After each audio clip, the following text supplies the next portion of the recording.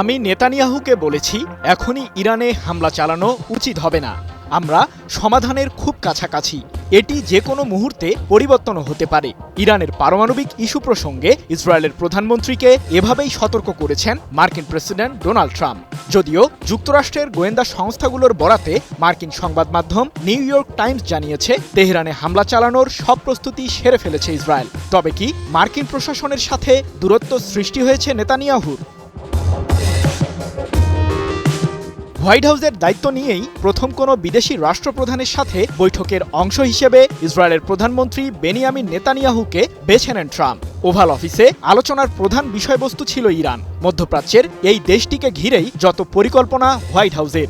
ওই সফরেই মার্কিন প্রশাসনের বন্ধুত্বের প্রমাণ হিসেবে 2000 পাউন্ডের বোমা উপহার পান নেতানিয়াহু। সে সময় সামরিক বিশ্লেষকরা দাবি করেছিলেন, ফিলিস্তিনের গাজায় আগ্রাসন চালিয়ে যেতেই বোমাগুলো নেতানিয়াহুর হাতে তুলে দেন ট্রাম্প।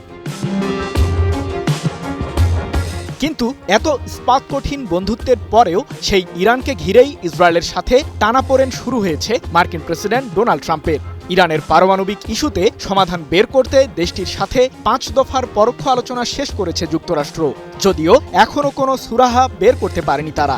এর মাঝেই ইরানে হামলা চালাতে ইসরায়েলের সামরিক বাহিনীকে নির্দেশ দেয় নেতানিয়াহু। এ প্রসঙ্গে মার্কিন সংবাদ মাধ্যম নিউ ইয়র্ক টাইমস সংবাদ প্রকাশ করলে তুমুল তর্ক বিতর্ক শুরু হয় হোয়াইট হাউসে। যদিও নেতানিয়াহুর দাবি, নিউ ইয়র্ক টাইমসের ওই প্রতিবেদন সম্পূর্ণ ভিত্তিহীন।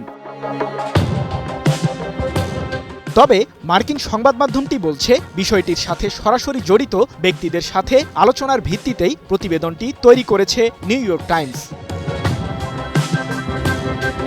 এদিকে মার্কিনী সংবাদ মাধ্যমটির তথ্য যে ভিত্তিহীন নয়, এর প্রমাণ পাওয়া যায় ব্রিটিশ সংবাদ সংস্থা রয়টার্সের এক প্রতিবেদন থেকে। গত 23 মে ইতালির রাজধানী রোমে অনুষ্ঠিত হয়েছে যুক্তরাষ্ট্র বনাম ইরানের 5ম দফার পরোক্ষ আলোচনা। এ সময় মার্কিন প্রতিনিধি দলের নেতৃত্বে ছিলেন ট্রাম্পের মধ্যপ্রাচ্য বিষয়ক বিশেষ দূত স্টিভ উইটকফ, নেতানিয়াহু সরকারের কৌশলগত বিষয়ক মন্ত্রী রন ডারমার ও ইসরায়েলের গোয়েন্দা সংস্থা মোসাদের প্রধান ডেভিড বার্নিয়া। এ সময় স্টিভ উইটকফের সাথে সাইডলাইন বৈঠক করেন। এরপর ইসরায়েলের ওই দুই প্রতিনিধি চলে যান ওয়াশিংটন। মার্কিন গোয়েন্দা সংস্থা সিআইএর পরিচালক জন র্যাডক্লিফের সাথে বৈঠক করেন ডেভিড বার্নিয়া ও রন ডারমার। তবে তাদের এই বৈঠকে ঠিক কী বিষয়ে আলোচনা হয়েছে সেটি জানায়নি রয়টার্স। সব মশার বিরুদ্ধে সুরক্ষা দিতে এলো বসুন্ধরা এক্সট্রিম অ্যারোসল, মশার বিরুদ্ধে এক্সট্রিম সুরক্ষা। এদিকে ইসরায়েলের সম্ভাব্য হামলা ঠেকাতে প্রস্তুতি নিয়েছে ইরানও। এরই মধ্যে ঘোষণা এসেছে অপারেশন ট্রু প্রমিস 3। মিসাইলের ট্রিগারে হাত রেখেছে ইরানের সর্বোচ্চ প্রতিরক্ষা বাহিনী IRGC।